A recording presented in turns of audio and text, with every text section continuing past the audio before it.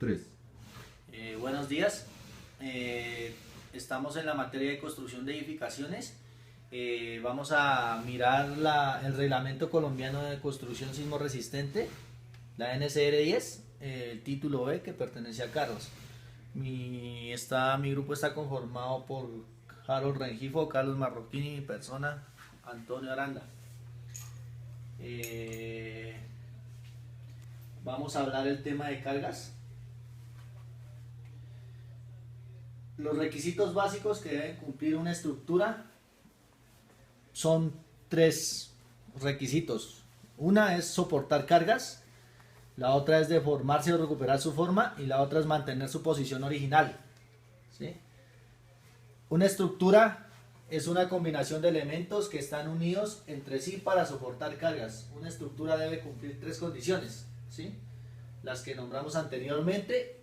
Y las de acá son las funciones: resistencia, funcionamiento, fuerzas causadas por la deformación, impuestas y el análisis de la estructura.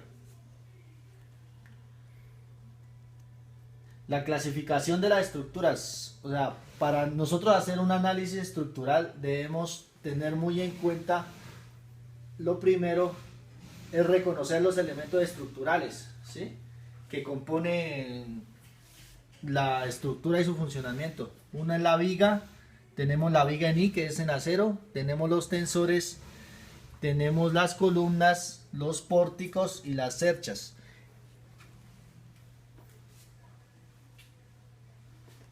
Cargas en las estructuras.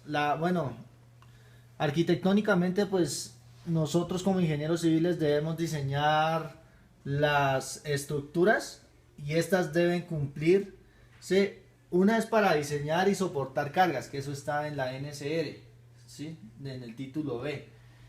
Escoger correctamente materiales o tipos de estructura, porque de eso también dependerá nuestro cálculo estructural. Y aquí están las tres condiciones que debería soportar esta estructura: soportar cargas, deformarse o recuperar su forma, mantener su posición original, ¿sí? Son las tres condiciones. Bueno, en esta estructura, como podemos ver, intervienen las cargas vivas y las cargas muertas y las fuerzas exteriores. Entonces, la carga muerta del techo y la carga de los entrepisos transfieren las fuerzas a las vigas, ¿sí? Y las vigas las transfieren a las columnas y las columnas las transfieren a los suelos, y el suelo tiene que equilibrar esas fuerzas para mantener en equilibrio la estructura. Entonces ahí es donde dan los conceptos de resistencia, rigidez y estabilidad. Cargas en las estructuras. Entonces aquí nombramos los tipos de cargas que están en la NCR 10, ¿sí?, los que contempla la norma. Entonces tenemos la carga muerta, la carga viva, la carga de impacto, cargas de granizo o empozamiento de agua, carga de empuje, cargas de sismo y las fuerzas de viento. Cada una de estas pasaremos explicando con un respectivo ejemplo de la carga muerta, la carga viva y algunas cargas de impacto, ¿sí? Las cargas muertas, estas corresponden al peso propio del edificio, ¿sí?, y son las que están, y son las mismas pesas de la estructura y son las que están constantes a través del tiempo. Estas son las cargas muertas, son las placas, las columnas, los muros, fachadas, instalaciones eléctricas, acabados, pisos y techos. En esta tabla se saca de la NCR 10. En esta tabla contempla todas las densidades de los materiales, como por ejemplo... Buenos días, mi nombre es Harold Rengifo y a continuación voy a dar una explicación sobre lo que corresponde a cargas vivas. Estas cargas son aquellas cargas producidas por el uso de la edificación. En este tipo de cargas se incluye el peso de todas las de todo lo que se puede mover o se puede quitar, como son los muebles, los equipos y todo aquello que sirve como para adorno de un ejemplo de nuestra casa. A continuación pues sacamos la tabla B, una tabla que nos da las cargas vivas que debemos asumir como para la construcción tanto de sitios de reunión, para oficinas, para centros educativos, fábricas, industria, para el comercio, para residencia, para granjas y coliseos. Cada una de estas nos deriva unos subtemas o unos subconjuntos que podemos llamar en sitios de reunión, por ejemplo, para balcones, en oficinas, pues como son los corredores, restaurantes, en centros educativos como son las bibliotecas, en fábricas, pues industrias y industrias de maquinaria pesada, en residencias para lo que son escaleras y todo esto nos lleva a un porcentaje que debemos tomar como mínimo de referencia para evitar colapsos o evitar fallas estructurales. A continuación vamos a dar un ejemplo de un conjunto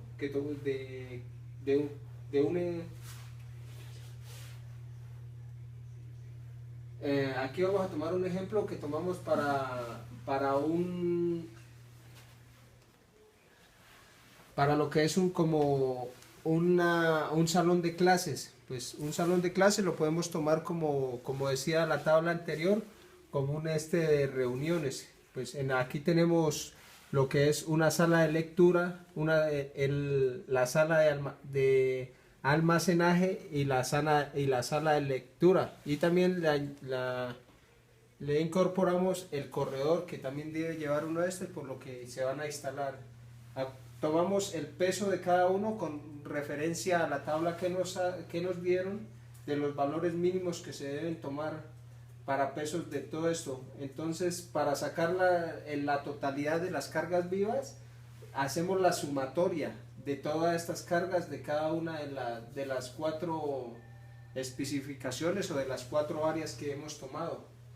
En total, pues al hacer esta suma de cargas vivas nos da una sumatoria de 1.75 toneladas metro cuadrado de cargas vivas, o sea, en toda esta área que tenemos aquí. Entonces,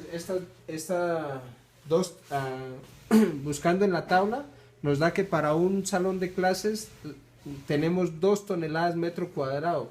Entonces, estas 2 toneladas metro cuadrado la multiplicamos por el 1.75, que es la sumatoria de estas 4 cargas, y esto nos da un total de 3.5 toneladas metro cuadrado que tendríamos en cargas vivas en nuestra sección de este salón de clases. A continuación vamos a dar un ejemplo o a definir qué son las cargas de impacto.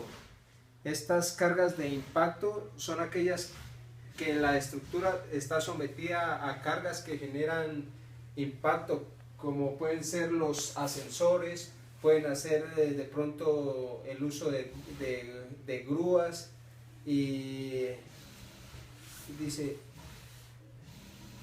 todo esto pues incrementan, y como por ejemplo en los puentes puede ser el tráfico de automotores. Todo esto nos genera una carga de impacto que a tiempo van a generar efectos en el diseño de la estructura.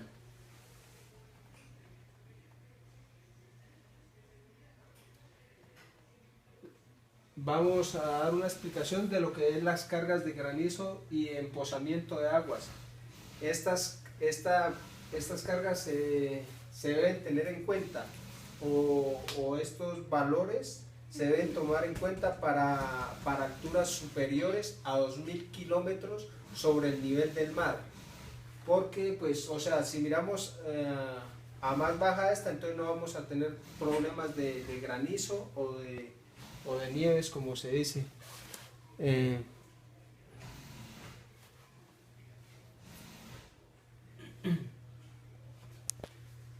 Listo, a continuación va a pasar mi compañero Carlos a dar las explicaciones de nuestras cargas. Buenos días, mi nombre es Carlos Marroquín y voy a continuar explicando los tipos de cargas. A continuación, en las cargas de empuje. Estas son aquellas que son producidas por el efecto del agua. Cuando es producida por el efecto del agua, ahí es cuando los niveles de nivel freático de agua son muy altos, produciendo lateralmente que se produzca un empuje a la estructura. Cuando es en el del suelo, tenemos acá un edificio, un ejemplo muy claro que es del edificio Bacatá. El edificio Bacatá tiene una cimentación muy profunda debido a que tiene sótanos de niveles muy inferiores. ¿Qué produce esto? Como está alrededor de las calles y las carreras, esto es cuando hay tráfico, el tráfico produce una fuerza y la hace que el movimiento de tierra sea lateral, haciendo un empuje a nuestra estructura. Las cargas de sismo. Estas son generadas interacción entre el suelo de la fundación y la estructura. Estas cargas se dividen en 3 sectores y depende de su posición. Hay posiciones, por ejemplo en Colombia, como podemos ver que hay zonas de sísmicas de baja, otras de intermedia y otras altas. Según la NSR, ella tiene unos parámetros para definir, según la zona donde estemos, hacer el cálculo para nuestra estructura.